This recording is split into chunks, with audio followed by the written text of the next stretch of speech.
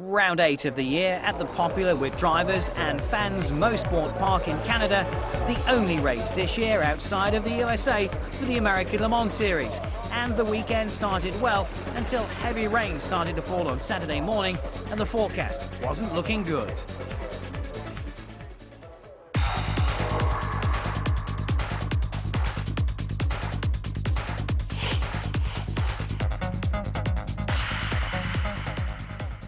The rain continued in the afternoon and IMSA decided to cancel qualifying and take the fastest time from each car in the previous practice sessions. Risi Competizione again had two cars at Mosport, but they spent a lot of time being repaired after various offs. But with the way the times worked out, the 61 car of Tony Valander and Muzio Madani was second. The sister car was on the GT2 pole. Stefan Ortelli is joined this weekend by Johnny Molam, who used to drive for the Asemco team and is having his first drive in a Ferrari 430 and in the American Le Mans Series this year. The Corvettes were looking on the back foot again this weekend, and they were hoping the rain would continue as it might just work in their favour. Ron Fellows was hoping that it'd be a GT1 pole for the 3 Corvette, with the Canadian being on home ground this weekend, but instead it was third. The Aston Martin DB9s locked out the front of the class, with Thomas Enger, who's joined this weekend by Peter Cox, who's standing in for Darren Turner. Stefan Sarrazin ended up with his second class pole in a row. The 009 car came out on top of the times, and he's again paired with Pedro Lamy. I was really fast in the morning, so it was bad to don't have the qualifying, but everybody knows this, so everybody push in the morning, so it's a bit the same. On dry we have a very good car, on wet also, so we'll see what's happened this afternoon. In the P2 class, Intersport were another team that were hoping the weather might just play into their hands if it stays wet for the race, despite a run-off track in practice. The Penske Porsches had a few problems of their own, though, through the sessions, with a 6-car second in class, but 5th overall, and they chose not to run in the final practice session. Romain Dumas was credited with the fastest time in the P2 class, and that was to be 3rd overall on the grid as well. Yesterday was a little bit strange, but anyway, I think it was a safe side to cancel the qualify, because after we already made 3 session practice, and they can have an idea about the grid. And yesterday was too much rain on the afternoon, so right now I'm in pole, and it's my 4th time this year, so I have to say quite happy. But we will see now for the race. It's a different style today with a lot of rain, and we will see. 6th overall and 4th in the P1 class were the last round winners, Emmanuel Pirot and Frank Bieler. The cancellation of qualifying certainly lost them grid positions. The Dyson team has won here for the last 2 years and hoping that this would be a 3rd. The 20 car slotted into class 3rd and 4th overall, with hopes that luck would again be with the team in Canada. The number 2 Audi of Ronaldo Capello and Alan McNish could wrap up the P1 championship title here. That would be pleasing for the drivers and the team. However, it's a finish that's their main goal, and they'll start on the front row from 2nd place.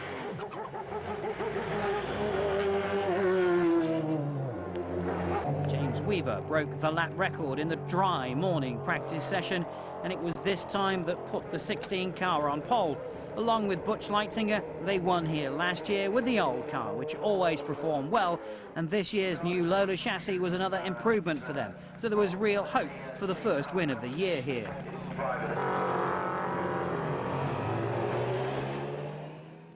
You know, I think if we had everything right and it'd been like a qualifying lap, the car would have done probably about 6.3.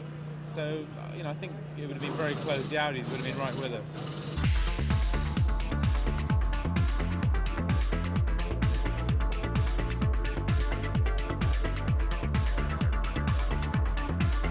Thankfully, the rain had stopped a few hours before the race was due to start, and the track was pretty much dry in most places, which was good for the Canadian fans who were here to see their racing hero, Ron Fellows. I think that the danger is that you get too pumped up. because you want to do well. But I've been doing this long enough to know what to expect, especially when I'm doing double duty, doing the racing the Cadillac CTSV as well as the Corvette C6R. So and there's lots of family and friends and autograph seekers. It's cool. You kind of have to embrace it. It's not going to happen forever, and I've always been amazed from the first autograph I ever signed that anybody wants your autograph in the first place. So it's really cool. This is the track that I first came. The first car race I ever went to was here in 1969 as a kid, and I've had a number of firsts here. My first big win, first championship was here. This is home, and it's where I learned how to race. So it's extra special for sure. The rain, if it does happen in the race, is just going to throw things so far up in the air, and that obviously relates to the championship. But my thought process is more just trying to win the race, and after that we'll see what happens. The team have done a fantastic job, I have to say, because we've given them a bit of work to do, a bit more work than as drivers we would like, but they've done a brilliant job to get the car looking absolutely spotless again, and looking forward, hopefully it's going to stay dry, and looking forward for a really good race and hopefully win it. I think we are well sorted. I think if it is dry, we look maybe very strong. So I will do my utmost best to have a good result for Aston Martin Racing. This is the last 2 hour and 45-minute race of the year, and it will be by no means predictable, especially on the weather front, with rain clouds hovering precariously near. But no matter how much anyone wants to win, it's vital for most to get points towards the championship titles.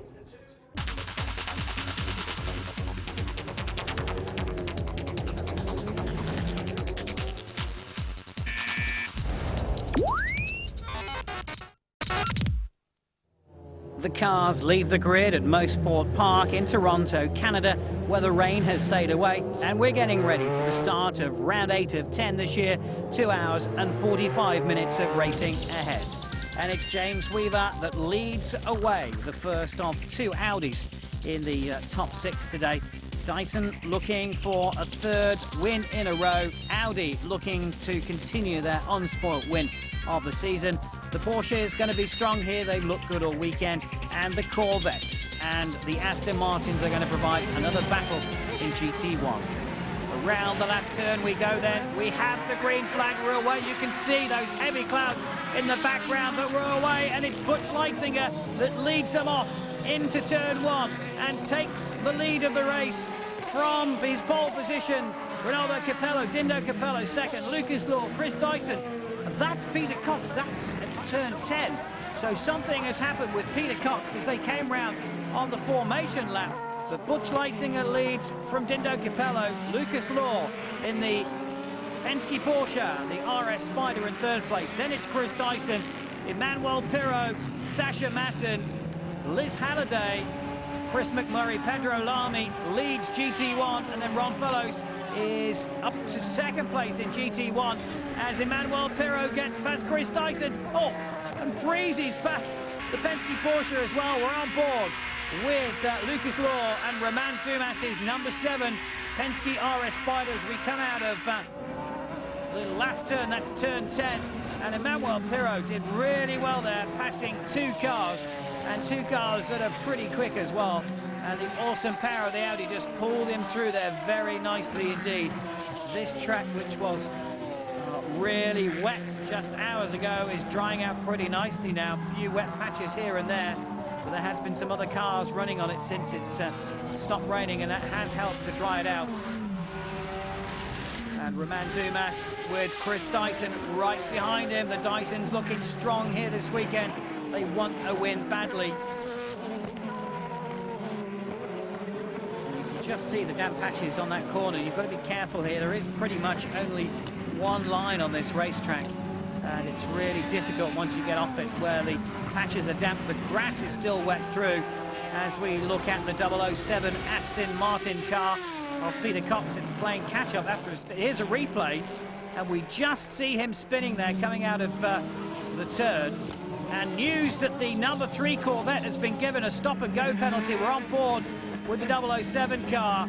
That's Pedro Lamy ahead of him. He comes to go side by side. Goes to drop behind, and that's when he seems to tag the Corvette. So Ron Fellows in the pit lane. This is going to be a stop-and-go penalty awarded for avoidable contact with the 007 car, although we're hearing that the Corvette pit don't quite think that's the way they see it. And that is Canadian Scott Maxwell at turn 3, and quite seriously buried in the tyre wall. Yeah, we saw it, mate, we saw it. Are you okay? Are you okay?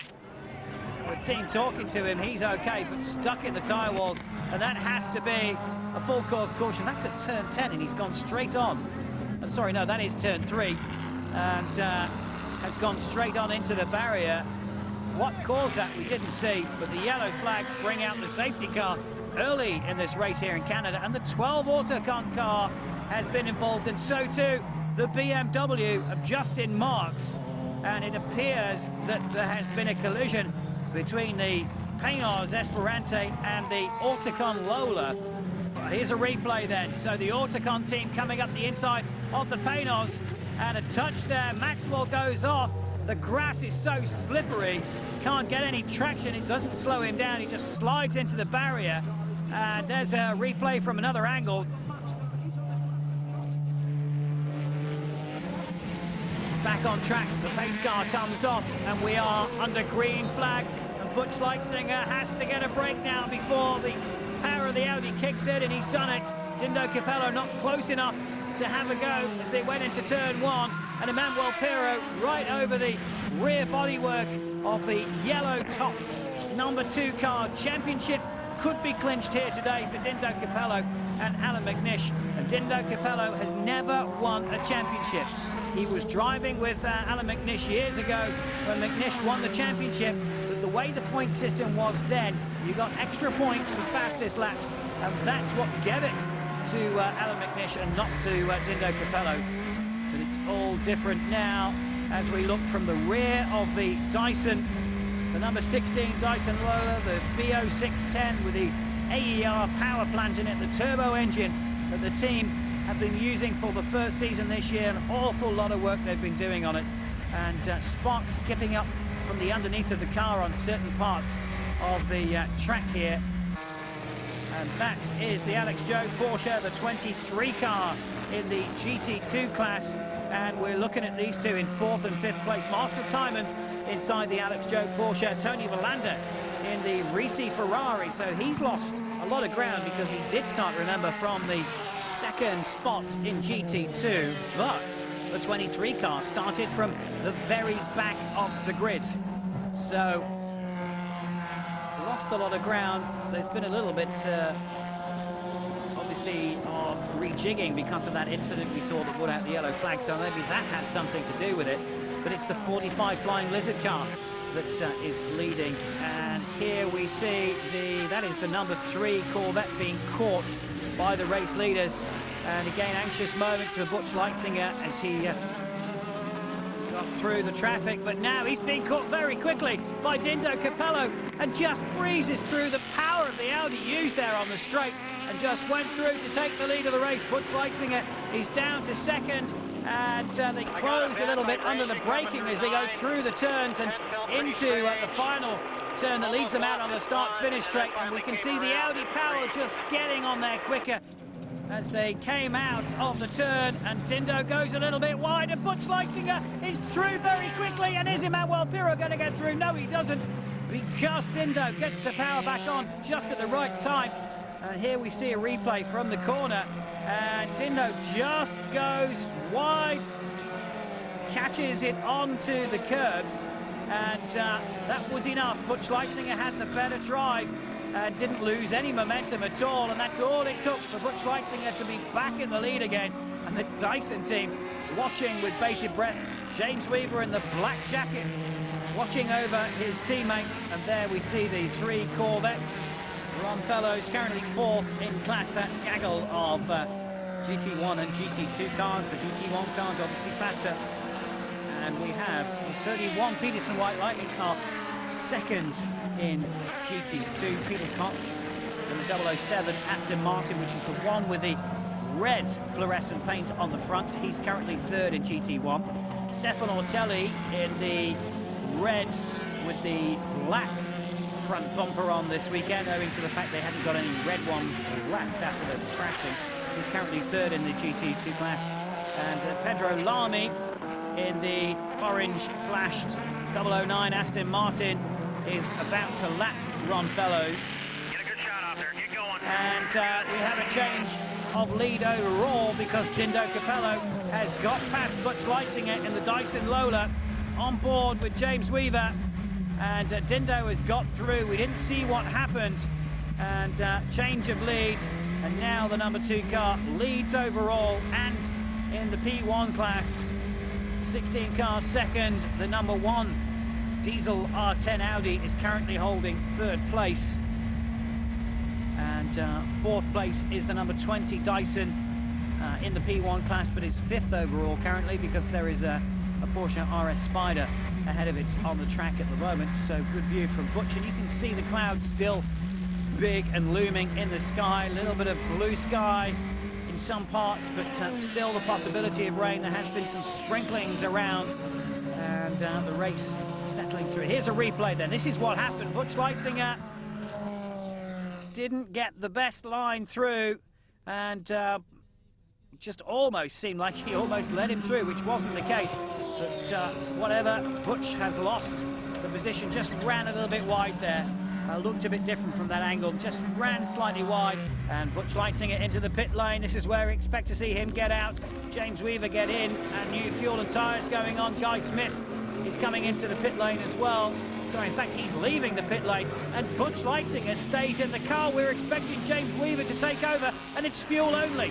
No tyres, no driver change. This is a quick fuel-only stop for the Dyson team. And now the number 7 crew is changing drivers because Romain Dumas takes over from Lucas Law in the number 7 Porsche. So double stinting for Butch Leitzinger, who's had less than a handful of hours of sleep overnight. But you wouldn't guess it from his driving. The team decided to try and save a little bit of time and double stint those Michelin tyres here the weekend. And Emmanuel Pirot in the number 1 diesel Audi is handing over to his co-driver, Frank Bieler. Fuel has gone in, and now new Michelin going on. And Alan McNish pounces as soon as the cars stop. He can't leave the wall and get into the pit lane until that car has stopped. Over he goes. Meanwhile, the fuel is going in.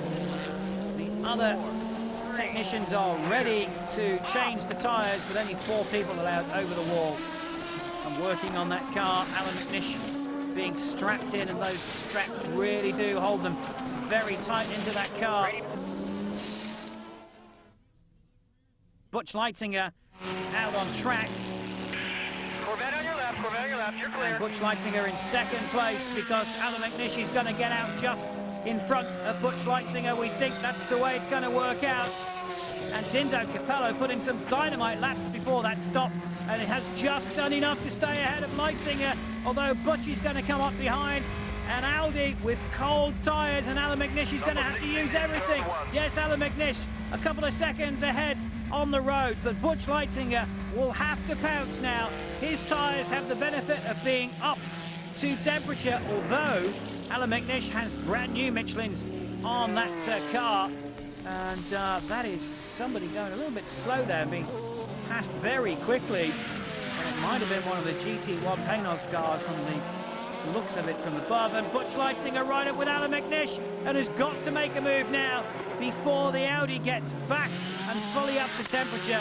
The rubber gets hotter, gets stickier, and also the tyre pressure comes up a little bit more as well as the temperature from the asphalt reacts with the rubber of those Michelin tyres, and they all start to work beautifully. And the sky continuing to brighten a little bit. The fears of rain are receding all the time.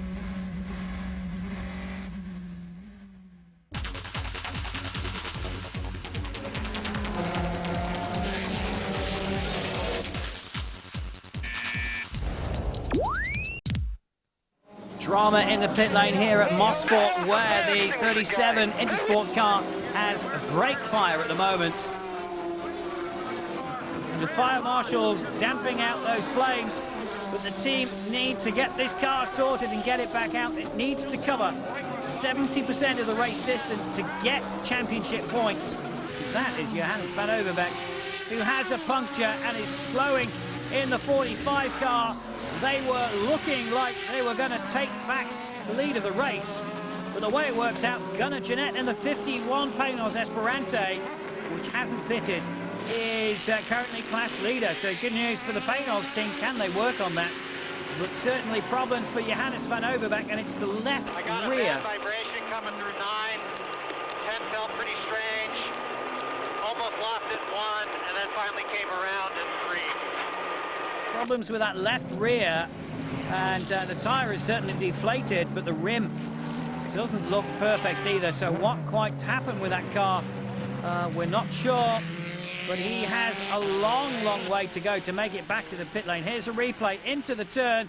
Looks a little bit ginger through there, and then the tyre just goes down. It may have just been a simple puncture, or maybe something to do with the rear wheel. And he's in the pit lane, and they're struggling to get that off. Now the problem is, when you have a puncture or problem with that rear wheel rim, it can wear against the lock nut on it and tends to cause a lot of problems, and they're struggling to get it off. They've got it off now. A second-hand wheel gets moved out of the way, and a new one going on. And what caused that, can't tell you from here, but a new one going on. They check, it seems to be all right, and they'll fire him up and get him back out again. There are problems for the Dyson team with the 16 car. Desperately getting those tyres changed, and that's cost them dearly. James Weaver sitting with his finger on the button, waiting to go, and more problems at the front. And when it goes wrong, it really goes wrong. They've got to bolt this one on now, and then down off the air jacks. And away he goes, but disappointment for the Dyson team to lose ground there, but still leading the race with the number 20 car. But until Guy Smith has to come in to take on fuel, not sure whether he'll be changing tyres or not. Might just double stint him. In fact, they took tyres on when he got in the car, so more than likely it will just be for a splash of fuel. So we're going to have to see how this pans out. And that's James Weaver, not happy at all at being held up there. Obviously wants to make up as much ground as he can and get himself into contention, because the way things are at the moment, third place isn't good enough for their championship unless they can keep that Audi in second place, and that keeps the championship alive, if my maths works it out correctly. And 2 Aston Martin DBR9s, second year of racing in the American Le Mans Series. It's the 007 car behind the 009, and Guy Smith comes into the pit lane. So he's going to hand the lead over to Alan McNish, I think, and it is just fuel only. And Alan McNish will take the lead. He's going through the start-finish straight just about now, and the fuel going in. Time ticking away. It seems like an eternity for this team. And still they're there. Alan McNish through as the Dyson team complete the pit stop, fire the car up. And how much is that gap going to be?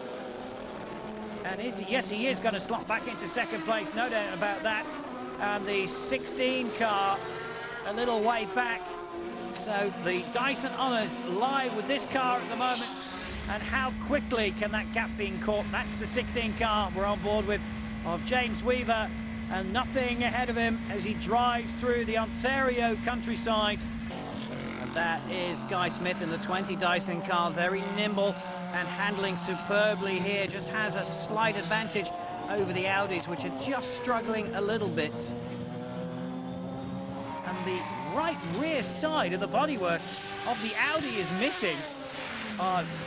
No idea what happened there, but obviously maybe has been caught from behind. unless has caught some other debris or has run wide, and that's what's... Oh, here's a replay.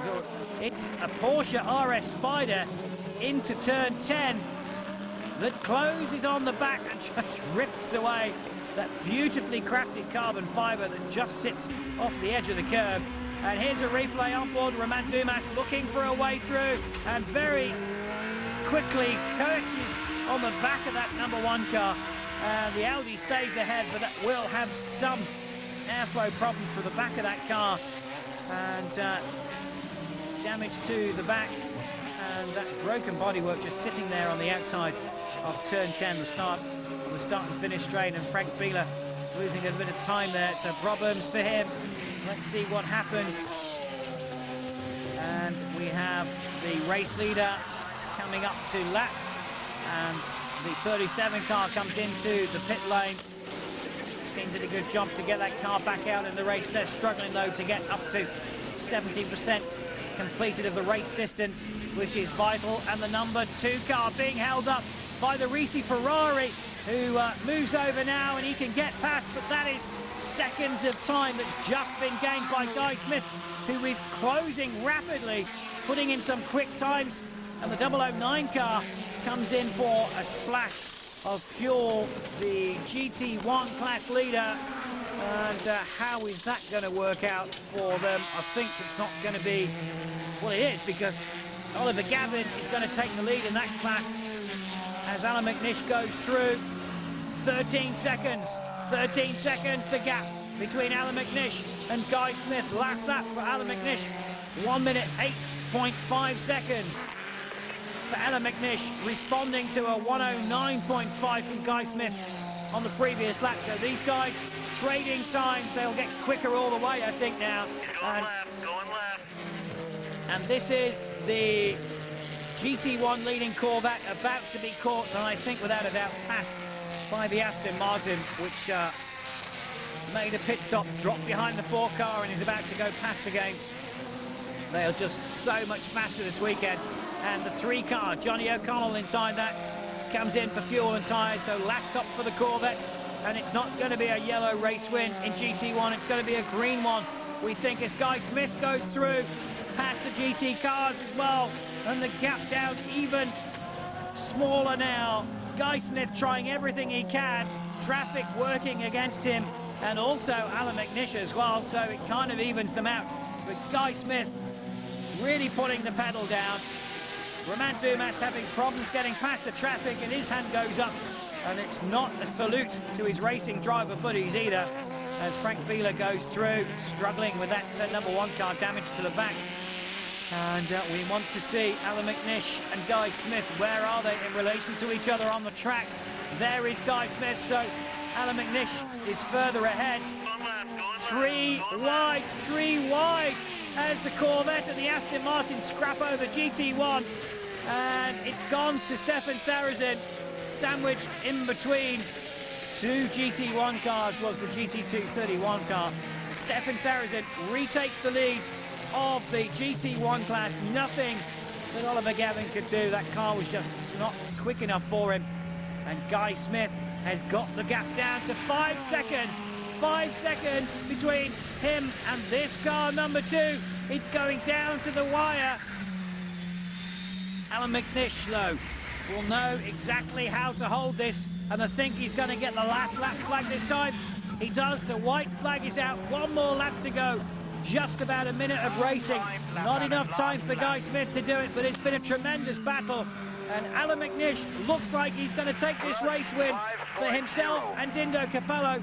And it's going to be the championship as well. But Guy Smith still pushing on. And there he is now. He can see him. It will be worth everything he can from his driving ability to try and see what he can do in the last part of this lap. But I don't think it's going to be enough. It's going to be a very close finish, but it's going to be another Audi victory. And Guy Smith has really driven well here today. Certainly a drive that has brought him back into contention for a race win, but there just was not enough time. And the Dyson car, the Dyson team have been perfect this weekend and are going to be beaten by just a few seconds. And it's going to be Alan McNish as he heads into the final part of the circuit. Guy Smith can see him. There's nothing he can do. We're into the final turn now. The checkered flag is out, and over the line now comes Alan McNish and takes the checkered flag. And Audi and Dindo Capello are absolutely and quite understandably delighted. But a great run from the Dyson team, who tried really, really hard. But it's another Audi day today. The 8th win of the year for Audi and the 6th win for Alan McNish and Ronaldo Capello this year. And it was the first race win for the new pairing in P2 of Romain Dumas and Lucas Law. Aston Martin get their 3rd GT1 win thanks to Stefan Sarrazin and Pedro Lamy, whilst it was a perfect return for Johnny Mollem and Stefan Ortelli winning GT2. It's more than just another win. This wraps up the P1 Class Championship now for the number 2 car with 2 more rounds remaining, but it wasn't by any means a gifted win, but no doubt a satisfying one.